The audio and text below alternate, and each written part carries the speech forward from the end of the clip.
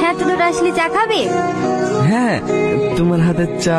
এলে দোকানে খেলিস।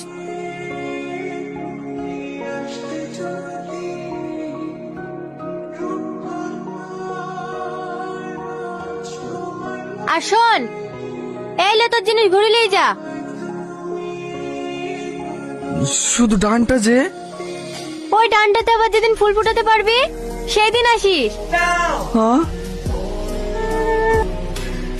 পাগল একটা।